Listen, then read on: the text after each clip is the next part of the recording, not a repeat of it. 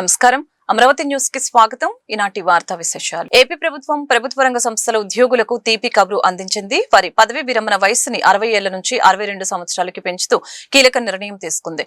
నేడు సీఎం చంద్రబాబు అధ్యక్షతన సచివాలయంలో జరిగిన మంత్రివర్గ సమావేశంలో ఈ మేరకు ఆమోద ముద్ర వేశారు. ప్రభుత్వ రంగ సంస్థలు, కార్పొరేషన్లు, సొసైటీలలో పనిచేసే ఉద్యోగులకి ఈ నిర్ణయం వర్తిస్తోంది. కేబినెట్ తీసుకున్న ఈ నిర్ణయంతో పాటు ఇతర వివరాలను హోంమంత్రి వంగలపూడి అనిత తన ఎక్స్ ఖాతా ద్వారా వెల్లడించారు. ఉద్యోగుల వయసు పెంపుతో పాటు పలు ఇతర కీలక ప్రతిపాదనలకి కూడా కేబినెట్ ఆమోదం తెలిపింది.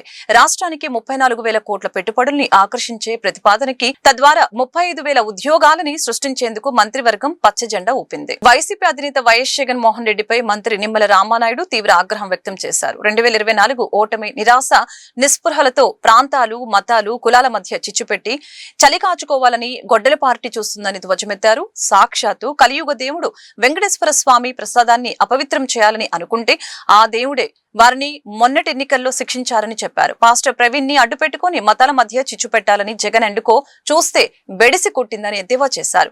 వైసీపీ కాపు నేతలను రెచ్చగొట్టి తప్పులు చేయించి జైలుకు పంపి రేపు బయటకు పోలేక జీవితాంతం జగన్ చుట్టూ ఉండేలాగా ఆయన అజెండా మాత్రమే అమలు చేసేలా పులివెందుల సంస్కృతిని ఏపీలో తీసుకువస్తున్నారని ఆగ్రహించారు. శ్రీలక్ష్మి, అంబటి రాంబాబు, పేర్ని నాని, గుడివాడ అమర్నాథ్ లాంటి వారితో జగన్ తప్పులు చేయించారని మంత్రి నిమ్మల మండిపడ్డారు. కులాల వంతు వచ్చింది గొడ్డల పార్టీకి.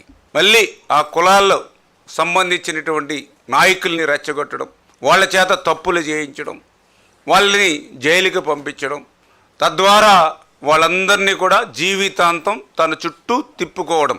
ఇదే జగన్మోహన్ రెడ్డి పులివెందుల సంస్కృతికి నిదర్శనం. దానికి ఉదాహరణే శ్రీలక్ష్మి, ఒక మంచి తెలివైనటువంటి ఐఏఎస్ ఆఫీసర్. అటువంటి ఆఫీసర్ సైతం వీళ్ళ మాటలు విని తప్పులు చేసి జైలుకి పోయి కోర్టుల చుట్టూ తిరుగుతూ ఇప్పటికీ తప్పనిసరి స్థితిలో ఈవేళ ఆ జగన్మోహన్ రెడ్డి పంచనే ఆయన కోటరీలోనే ఈరోజు శ్రీలక్ష్మి ఉండవలసినటువంటి పరిస్థితి వచ్చింది అని అంటే, మొన్ననే మనం చూస్తాం అంబటి రాంబాబు, ఆయన చేత తిట్టిస్తారు, దాడులు చేయిస్తారు, జైలుకు పంపుతారు.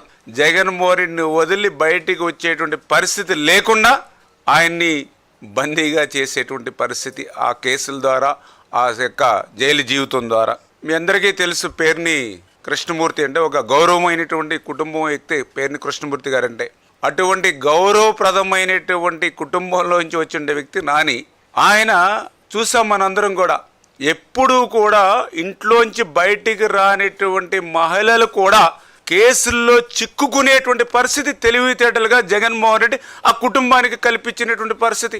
ఇంకా జీవితాంతం జగన్మోహన్ రెడ్డికి ఆ పేరునని ఊడిగం చేయవలసిందే. అట్లా ఊడిగం చేయలేకపోతే తన చేతిలో ఉన్నటువంటి వాళ్ళ కేసుల చిట్ట ఈ జగన్మోహన్ రెడ్డి ఇప్పుతాడు. నేను కూడా చూశాను గుడివాడ అమర్నాథ్, అప్పుడు వాళ్ళ తండ్రి గురునాథరావు గారు, ఆయన కూడా ఒక మంత్రిగా చేశారు, ఒక ఎమ్మెల్యేగా. ఆయన కూడా ఒక మంచి గౌరవప్రదమైనటువంటి వ్యక్తిగానే ఆ రోజు ప్రజల్లో గుర్తింపు పొందిన వ్యక్తి. అటువంటి గౌరవ కుటుంబంలోంచి వచ్చిన వ్యక్తి అమర్నాథ్ని ఈరోజు ఏ రకంగా తయారు చేశారు జగన్మోహన్ రెడ్డి?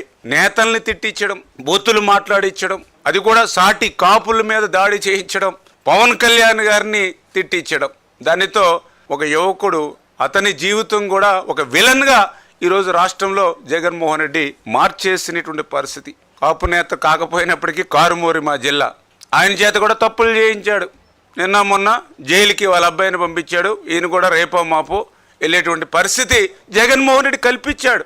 అంటే ఈవేళ ఆంధ్రప్రదేశ్ రాష్ట్ర చరిత్రలో మనం చూస్తే నేరస్తులను తయారు చేసేటువంటి కర్మాగారం ఇవాళ వైఎస్ఆర్సీపీ. పర్యాటక ప్రదేశాల్లో మెరుగైన సౌకర్యాలు కల్పిస్తూ ఏపీ టూరిజాన్ని కొత్త పుంతలు తొక్కిస్తున్నామని Andhra Pradesh tourism development corporation chairman Nukasani Balaji వెల్లడించారు. కూటమి ప్రభుత్వ విధానాలతో పర్యాటక రంగంలో 20,000 కోట్ల పెట్టుబడులు వచ్చాయని తెలిపారు. మంగళవారం రాజధాని అమరావతిలో ఆయన మాట్లాడుతూ గత 5 ఏళ్ల గొడ్డలి పార్టీ పాలనలో టూరిజం రంగం నిర్వీర్యమైందని ఆవేదన వ్యక్తం చేశారు. ప్రజావేదికను కూల్చేసి విధ్వంస పాలనకు వైఎస్ జగన్ శ్రీకారం చుట్టారని మండిపడ్డారు. 500 కోట్లతో సొంత విలాసాల కోసం రిషికొండపై ప్యాలెస్ నిర్మించుకున్నారంటూ వైసీపీ అధినేత మాజీ సీఎం వైఎస్ జగన్ తీరును ఈ సందర్భంగా ఎండకట్టారు. సంతోషదాయకమైనటువంటి వాతావరణం ఇవ్వాలి.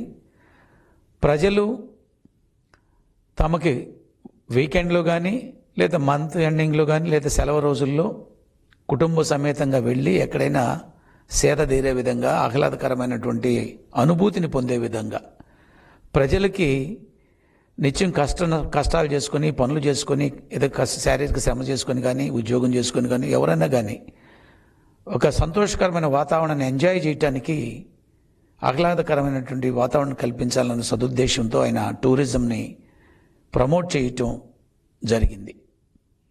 అందుకు ఈ రాష్ట్రంలో పెట్టుబడిదారులు ముందుకు వచ్చేదానికి, టూరిజం మీద ఇన్వెస్ట్ చేయటానికి ఓ టూరిజం పాలసీని కూడా 2024 సెప్టెంబర్ 27 తేదీన తీసుకురావడం జరిగింది. దాని ద్వారా ఇవాళ టూరిజంలో ఎంతోమంది ఔత్సాహికులు ఇన్వెస్ట్ చేయటానికి టూరిజంలో ముందుకు రావటం, దాని ద్వారా వైజాగ్లో జరిగినటువంటి కాన్ఫెడరేషన్ ఆఫ్ ఇండియన్ ఇండస్ట్రీ సమ్మిట్లో 19,400 కోట్ల రూపాయలకి పెట్టుబడులు పెట్టేదానికి ఒక MOUలు చేసుకోవడం జరిగింది. దాంతోపాటు ఇవాళ ఈ 19,400 కోట్ల రూపాయల పెట్టుబడులు తద్వారా 91,962 మందికి ఎంప్లాయ్మెంట్ జనరేషన్ అయ్యేటువంటి కార్యక్రమం. మరి దానిలో భాగంగా వాళ్ళ రాష్ట్రంలో ఏదైతే మనము 19,400 కోట్ల రూపాయలు MOUలు చూసుకున్నామో, 91,902 మందికి ఎంప్లాయ్మెంట్ జనరేషన్ అవుతుంది అనుకున్నాము. దానిలో ఇవాళ 65 ప్రాజెక్టులకి మొత్తంలో 19,400 కోట్ల. విజయవాడ నగరంలో తీవ్ర సంచలనంగా మారిన సాయికృష్ణ మిస్సింగ్ కేసులో కీలక పరిణామం చోటు చేసుకుంది. ఈ కేసులో ఆరోపణలు ఎదుర్కొంటున్న కృష్ణలంక సస్పెండెడ్ సిఐ నాగరాజును తాజాగా సిట్ అధికారులు అరెస్టు చేశారు. ఉదయం సింగ్ నగర్ లో ఉన్న ఆయన నివాసానికి చేరుకున్న సిట్ బృందం నాగరాజును అదుపులోకి తీసుకుని అక్కడి నుంచి తరలించారు. అయితే ఆయన అరెస్టు చేసే సమయంలో అక్కడ ఉద్రిక్త వాతావరణం చోటు చేసుకుంది. సిఐ నాగరాజును అరెస్టు చేసేందుకు సింగ్ నగర్ కు వచ్చిన పోలీసులను నాగరాజు మద్దతుదారులు స్థానికులని అడ్డుకున్నారు. ఆయన అరెస్టు చేయొద్దు అంటూ ఆందోళనకు దిగారు. నినాదాలు చేస్తూ పోలీసులకు అడ్డు తగిలారు. దీంతో ఆందోళనకారుల్ని చెదరగొట్టి పోలీసులు నాగరాజు ఇంట్లోకి వెళ్లి ఆయన్ను అదుపులోకి తీసుకున్నారు. అయితే నాగరాజు ఇంటికి స్థానికులు పెద్ద సంఖ్యలో వస్తూ ఉండటంతో పోలీసులు ముందు జాగ్రత్తగా ఆ ఏరియాలో సెక్యూరిటీని కూడా పెంచారు. సాయికృష్ణ మిస్సింగ్ కేసులో తల్లి చేసిన కంప్లైంట్ ఆధారంగా ఈ కేసులో BNS యాక్ట్ లోని సెక్షన్ 103/1, సెక్షన్ 127(4), సెక్షన్ 127(6) సెక్షన్లని నమోదు చేశారు పోలీసులు. ఒక వ్యక్తిని 10 రోజులకి పైగా అక్రమంగా నిర్బంధించి ఆ విషయంలో బయటకు తెలియకుండా దాచి ఉంచటమే కాకుండా చివరకు ఆ వ్యక్తిని హత్య చేశారన్న కోణంలో ఈ సెక్షన్ల కింద కేసు నమోదు చేశారు. ఉప ముఖ్యమంత్రి పవన్ కళ్యాణ్ సమాజంలో మార్పు, ప్రజల చైతన్యం కోసం కృషి చేస్తున్నారని జనసేన పార్టీ ఎన్టీఆర్ జిల్లా అధ్యక్షుడు సామినేని ఉదయభాను అన్నారు. కుల మత రాజకీయాలకు అతీతంగా ప్రజల సంక్షేమమే పవన్ కళ్యాణ్ లక్ష్యమని పేర్కొన్నారు. పవన్ కళ్యాణ్ భావజాలాన్ని దెబ్బతీయాలనే ఉద్దేశంతో వైసీపీ కుట్రలు చేస్తుందని ఆరోపించారు. గత ఎన్నికల్లో ప్రజల తీర్పు స్పష్టంగా వెలువడిందని, కుల రాజకీయాలను ప్రోత్సహిస్తున్నది వైసీపీనని విమర్శించారు. CM Chandrababu Naidu, deputy CM Pawan Kalyan ప్రజలకు అందుబాటులో ఉంటూ పాలన సాగిస్తున్నారని, రాష్ట్రంలో జరిగే ప్రతి అంశాన్ని పవన్ కళ్యాణ్ కు ఆపాదిస్తూ వైసీపీ నేతలు రాజకీయాలు చేస్తున్నారని సామినేని ఉదయభాను విమర్శించారు. మొన్న కాకినాడలో మాట మంచి కార్యక్రమంలో పాల్గొనడం జరిగింది. ఆ రోజు ఆ సమావేశాల్లో అనేకమైన విషయాలు, ఇవాళ సమాజంలో మార్పు రావాలి, ప్రజల్లో చైతన్యం రావాలి, ఆ తర్వాత మంచి ప్రజాస్వామ్యంగా ఈ రాష్ట్రం వర్ధిల్లాలని చెప్పి ఆయన యొక్క ముఖ్య ఉద్దేశం. ఆయన చెప్పిన అంశం ఏంటంటే, రాష్ట్రంలో ప్రజలందరూ సుఖంగా ఉండాలి, సౌఖ్యంగా ఉండాలి, ప్రభుత్వ అవసరాలు ప్రజలకందరికీ పంచాలి, అభివృద్ధి సంక్షేమం బాగుండాలి. అలా బాగుండాలి అనుకున్నప్పుడు కుల రాజకీయాలు ఎక్కడా చేయకూడదు, మత రాజకీయాలు ఎక్కడా చేయకూడదు, ఆయన యొక్క ఉద్దేశం ఉంది. దాన్ని ఆయన చెప్తూ ఉంటే ఇవాళ ప్రతిపక్ష పార్టీ అయిన వైఎస్ఆర్ పార్టీ అనేక రకాలుగా కుట్రలు కుతంత్రాలు చేస్తూ ఆయన యొక్క పవన్ కళ్యాణ్ గారి యొక్క భావజాలాన్ని సరిగా గుర్తించకుండా అనేక రకాలుగా విమర్శలు చేస్తూ ఉన్నారు. నేను ఒకటే అడుగుతున్నాను, వైసీపీ పార్టీ అధినేత జగన్మోహన్ రెడ్డి గారు కానీ, వాళ్ళ అనుయాయులను కానీ, అంతకుముందు గతంలో పనిచేసిన మంత్రులు కానీ, మాజీ వైసీపీలో ఉన్న నాయకులందరూ కూడా ఒకటే అడుగుతున్నాను. ఇవాళ మీరు మొన్న ఎన్నికల్లో పోటీ చేశారు, ప్రజల యొక్క తీర్పు చాలా స్పష్టమైన తీర్పు ఇచ్చారు. కూటమికి 164 స్థానాలు ఇచ్చారు. మీరు 11 స్థానాలకే పరిమితం అయ్యారు. దాన్ని మీరు పరిగణలో తీసుకోవాలి. అలా పరిగణలో తీసుకోకుండా అనేక రకాలుగా కుట్రలు కుతంత్రాలు చేస్తూ ఉన్నారు. ఇవాళ మీకు అవకాశం ఇచ్చారు. మీరు రాజధానిని 3 రాజధానులు అని చెప్పారు. ఒక రాజధాని రాష్ట్రంలో రాజధాని అని దేశంలో అన్ని రాష్ట్రాలకి ఒకే రాజధాని ఉంటుంది. అటువంటిది మీకు అధికారంలోకి ఇస్తే మీరు 3 రాజధానులు అని చెప్పి ప్రజలు తికమక పెట్టారు. అలాగే అనేక రకాల ప్రభుత్వం మీకు ప్రజలు అవకాశం ఇస్తే దాన్ని మీరు కాలుతో తన్నారు. దాన్ని సరిగా పరిపాలించే శక్తి లేకుండా ఇవాళ వైసీపీ పార్టీ నిన్న తూర్పుగోదావరి జిల్లా వెంకటాయపాలెంలో సమావేశం ఏర్పాటు చేశారు. ఇవాళ సేవా దృక్పథంతో సమాజానికి తిరిగిస్తున్న తులసి రామచంద్ర ప్రభు సేవలు ఆదర్శనీయమని కేంద్ర సహాయ మంత్రి డాక్టర్ పెమ్మసాని చంద్రశేఖర్ పేర్కొన్నారు. అనంతరం ప్రముఖ పారిశ్రామికవేత్త సేవా దృక్పథం కలిగిన తులసి రామచంద్ర ప్రభు జన్మదిన వేడుకల్లో పాల్గొన్నారు. ఈ సందర్భంగా పెమ్మసాని మాట్లాడుతూ సంపదను సంపాదించడం గొప్ప విషయం అయితే దానిని సమాజానికి తిరిగి ఇవ్వాలనే ఆలోచన మరింత గొప్పదని చెప్పారు. తులసి రామచంద్ర ప్రభు విద్య, ఆరోగ్యం, సామాజిక సేవ రంగాల్లో అందిస్తున్న సేవలు ఎంతో మందికి స్ఫూర్తిదాయకమని తెలియజేశారు. విద్య, ఆరోగ్యం, యువత అభివృద్ధికి దోహదపడే కార్యక్రమాలు సమాజానికి ఎంతో ఉపయోగపడతాయని అన్నారు. ఈ కార్యక్రమంలో ఉగ్గిరాల సీతారామయ్య, గుంటూరు జిల్లా జనసేన నాయకులు Gadi Venkateswararao, industrial corporation chairman Degala Prabhakar, DCMS chairman Vadranam Haribabu, Prathipadu Janasena party సమన్వయకర్త కొరపాటి నాగేశ్వరరావు, కార్పొరేటర్ పోతురాజు, సమత, తులసి రామచంద్ర ప్రభు, స్థానిక నాయకులు, ఉపాధ్యాయులు, విద్యార్థులు, గ్రామ పెద్దలు మరియు గ్రామ ప్రజలు పాల్గొన్నారు.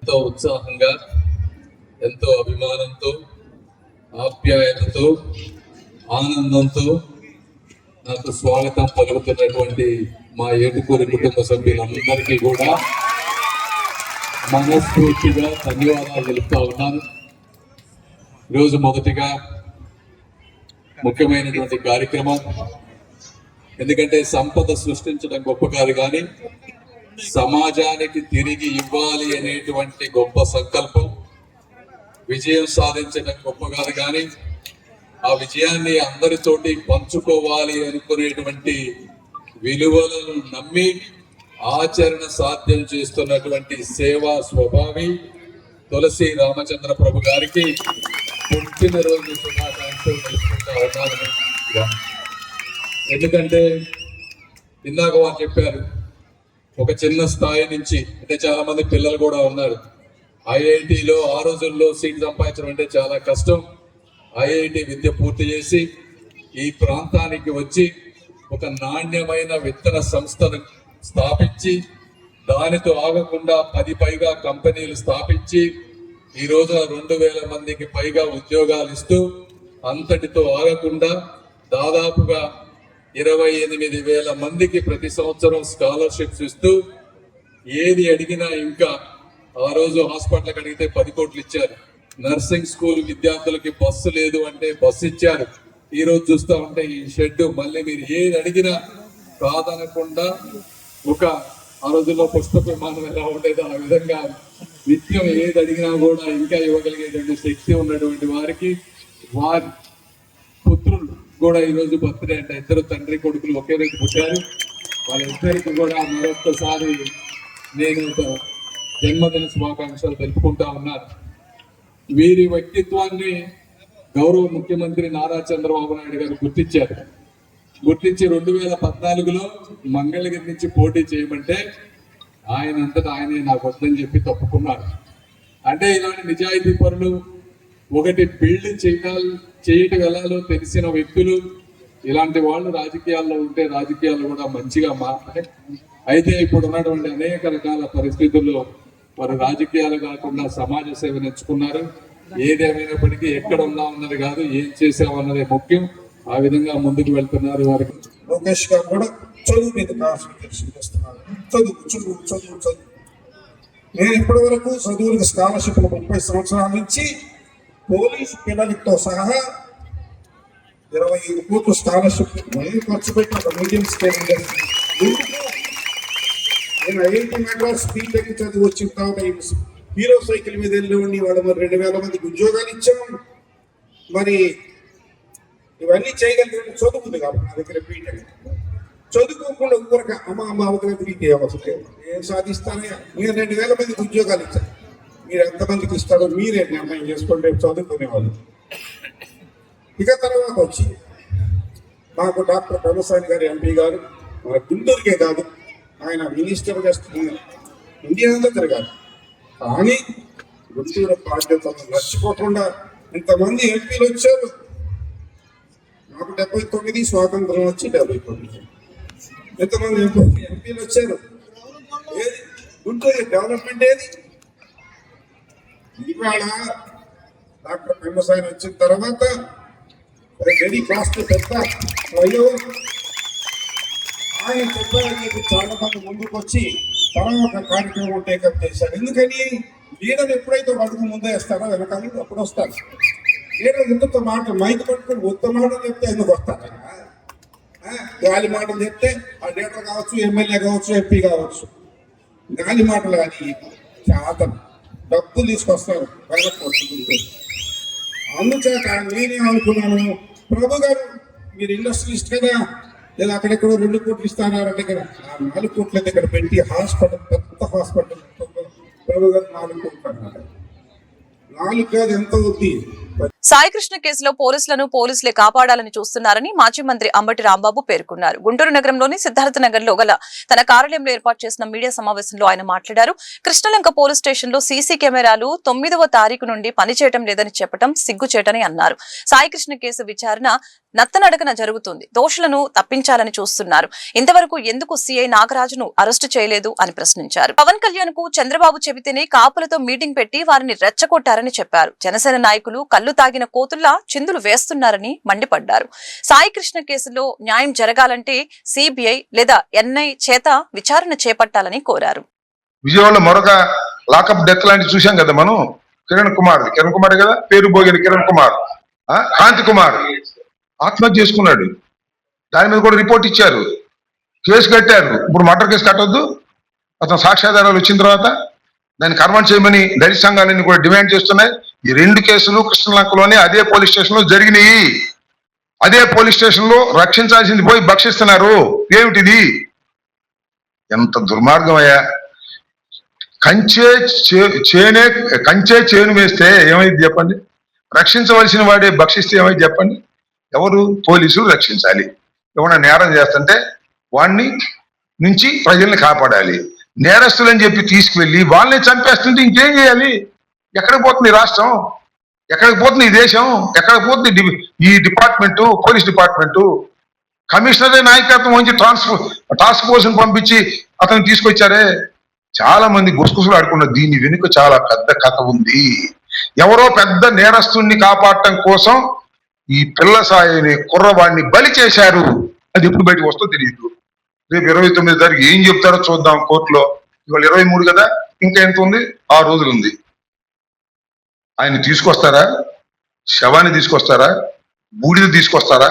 అసలు బతికున్నాడు లేదు అని చెప్తారా? ఏం చెప్తారో సస్పెన్స్ 29వ తారీఖున పోలీస్ డిపార్ట్మెంట్ ఇన్వెస్టిగేషన్ చేస్తున్నారు కదా. అంటే ఏం చెప్తారు? నాకు తెలిసిన వరకు ఇంకా ఇన్వెస్టిగేషన్ చేస్తున్నాం, ఇంకా ఆచూకి తెలియదని చెప్తారా? షేమ్. చూద్దాం రేపు 29వ తారీఖున ఏవి సమాధానం న్యాయస్థానం ముందు కోర్టు వారు చెప్తారు. సీసీ ఫుటేజీలు కూడా మాయం చేశాడు. అంతకన్నా నేరస్తులు ఎవరు ఉంటాయండి? పిల్ల సాయి కన్నా పెద్ద నేరస్తులు పోలీసు వాళ్ళు. పిల్ల సాయి కన్నా పెద్ద నేరస్తులు పోలీసులు. ఎంత నేరస్తులు? చంపటం, శవాన్ని మసి చేయటం, ఆ మసిని కూడా దాచేయటం, సీసీ ఫుటేజ్ తొలగించటం. ఇంతకన్నా నేరం ఏం కావాలి ఈ సమాజంలో? పిల్ల సాయి చేసింది ఏంటి పాప? 2 కేసులు 3 కేసులు ఉండలేదు, అంతే కదా. పోలీసులు చేసిన కేసులు ఎన్ని?